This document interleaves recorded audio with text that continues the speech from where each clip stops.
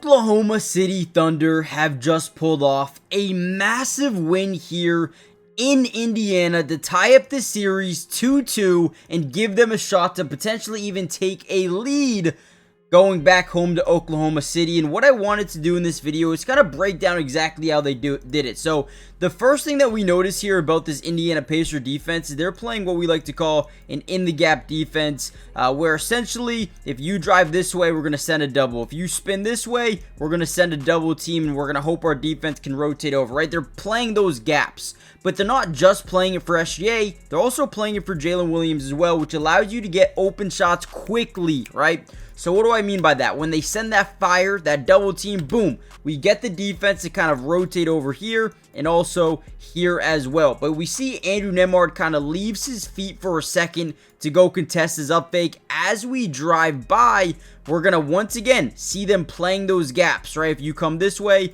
we're going to send Halliburton. If you go to the right side, we're going to send Nembhard. Now, all we want to do is space out this floor. We want to drive right, create rotation upwards from Aaron Nesmith, and then boom. Now we have great amount of separation here between Aaron Nesmith and SGA. You're down by 4. Under 3 minutes to go, and SGA does what an MVP would do, and he hits a clutch shot to make this a 1-point game. SGA was huge in the biggest moments of the game, and this was a big one right there.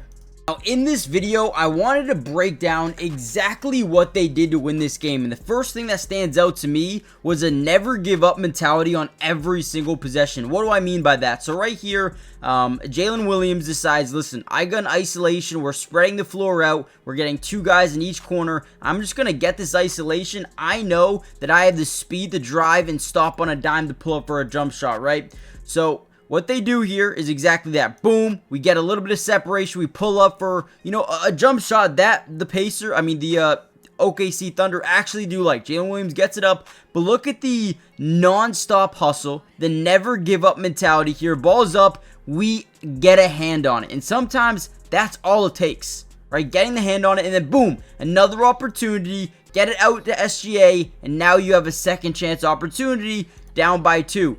SGA drives baseline because Chet can shoot that 3 ball. He's got to kind of rotate over, and now we're driving to that baseline, which, listen, if you don't send a weak side rotation, it's going to be an easy bucket here for SGA. Stops on a dime really quickly with a little bit of body contact. Floater off the glass. Easy money. Ties up this game at 97 apiece. SGA did so many good things, but I want to give credit to his teammates as well. For example, Hartenstein on this play specifically to tip this ball up in the air, man, it meant everything. It meant everything for him just to get that one little fingertip on the ball, because outside of him, it looks like, right, we're getting a really good opportunity for the Pacers just to get a defensive rebound.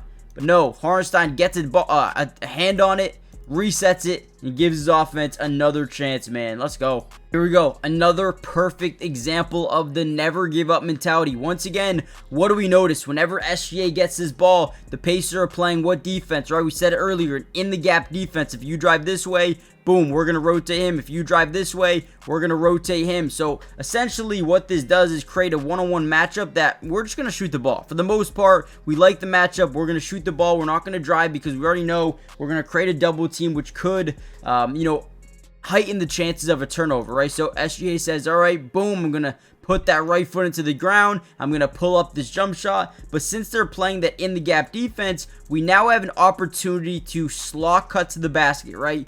Boom. Chet does exactly that. He gets behind his initial guy and boom, gets an offensive rebound. Again, the major thing of this game was second chance opportunities in crunch time moments right here. This was another one. Whenever they're playing that in the gap defense, take advantage.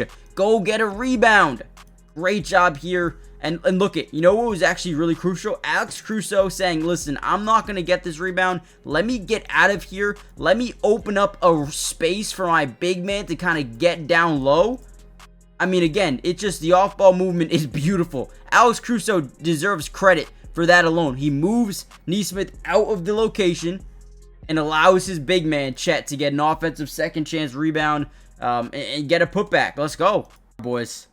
Locked in with another SGA bucket here. This is with 2.5 minutes left to go in the ball game. Again, what are they playing? In the gaps. But But they catch Siakam in the paint too long, right? You only have 2.9 seconds before you need to really get out of that paint. So you see him start to get to the opposite side just to get the foot out of the paint for just a split second. And SGA says, all right, I'm going to take advantage of your bad timing, right? So boom, we drive baseline. We actually draw a little bit of contact here. Look at the contact balance by SGA. Stays on his feet.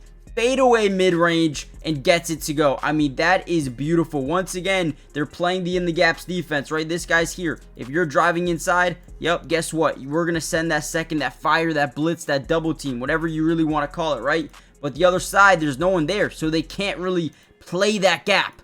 There's no one here that can play that gap because they overload this side of the floor.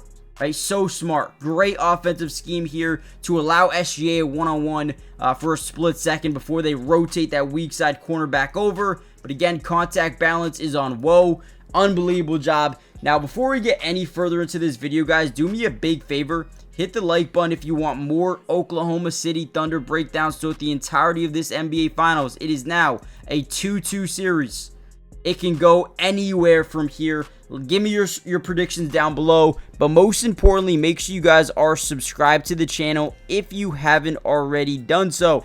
It is free. It doesn't cost anything. And we will be covering this Thunder run throughout everything. And not only the playoffs, not only the finals, we're also going to be covering the offseason, free agency, the draft, pickups, whatever it may be. We got you guys covered. Join the family if you haven't already done so. Let's dive back in. All right. Right here, Isaiah Hartenstein, I mean, probably one of the biggest pickups of this offseason for the Oklahoma City Thunder, probably overall in free agency, if I'm being honest here. Right here, we're setting up a Gortat screen, okay? What is a Gortat screen? Well, you guys remember the former Washington Wizards center. Basically, what a Gortat screen is essentially when you set this down screen here, right? We have him come off this thing. Now, as we start to roll to the basket, we want to come back around and just set a second screen on the same guy, essentially, right? Now, this is kind of a... it's a light Gortat screen. So, boom, we set that screen. We want to roll to the basket. Now, as we come back around, we just want to get in the way of Aaron Nesmith because what that does is open up a wide open lane to the basket for Jalen Williams. Great job here by Hartenstein, just getting in the way slightly, right? You're not really setting that screen. You're just getting in the way. You can't call a foul on that. He's just there. He's trying to get positioning down low and ultimately helps Jalen Williams get a wide open bucket. I love this execution of a Gortat screen. Beautiful job. Wizards used to do it a ton. That's why it's called a Gortat screen because John Wall and Gortat used to do it all the time. And you'd see John Wall and Bradley Beal get so many layups just like that, wide open because of those Gortat screens. So it was very effective in this game, at least with that possession there. Let me know what you guys think in the comments. Hit the like button, subscribe. I am going to end the video here. If you want a part 2, let me know, and I'll see you guys then. Peace.